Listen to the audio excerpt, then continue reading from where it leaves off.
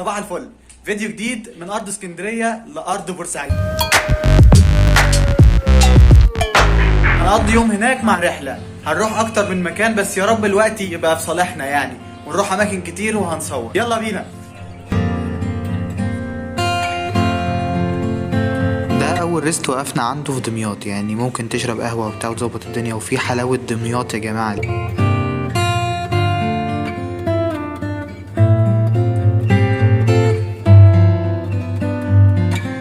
كنيسة سانت أوجيني هي أقدم كنيسة في بورسعيد، بنيت عام 1890، وكان على نفس الأرض دي كنيسة أقدم منها اتبنت سنة 1867، والكنيسة مبنية على الطراز الأوروبي، الطراز الكلاسيكي المستحدث. في الأصل كانت قطعة الأرض دي أو الأرض نفسها اللي اتبنت عليها الكنيسة كانت تابعة لقناة السويس، وتنازلوا عنها للآباء الفرنسيسكان. وعام 2015 تم قرار تسجيلها ضمن سلسلة الآثار الإسلامي والقبطي. وبعدين هنعدي الناحية التانية من قناة السويس، كده طلعنا من قارة أفريقيا ودخلنا في قارة آسيا، في بور فؤاد في شبه جزيرة سيناء.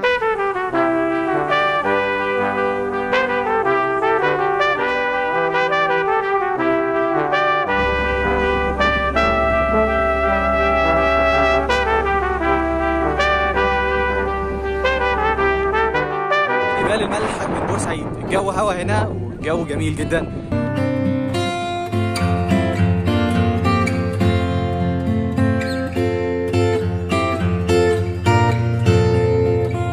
ده جبل الملح يا جماعه، نطلع نصوره من فوق، ودي معدات كانت بتستخدم.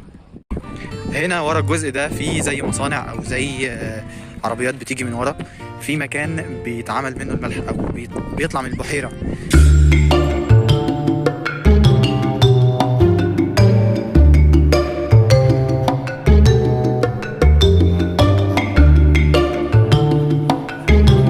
بس اهم حاجه وانتوا طالعين تخلي بالكم من رجليكم، يعني رجليكم هتتملى ملح، هتبقى فسيخ، هتبقى فسيخ بمعنى الكلمه.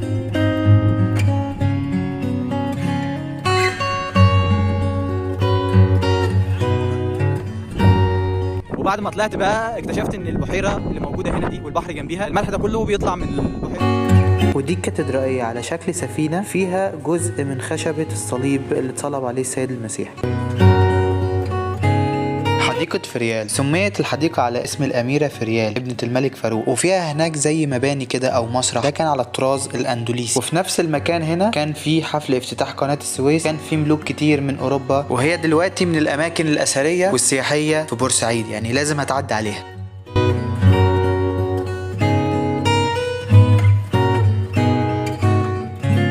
شباب علي واحدة. حاسب يا عم، حاسب يا ابويا، حاسب. اول ما عرفت انت عرفتني الدوام، ما اقدرش استغنى عنك يا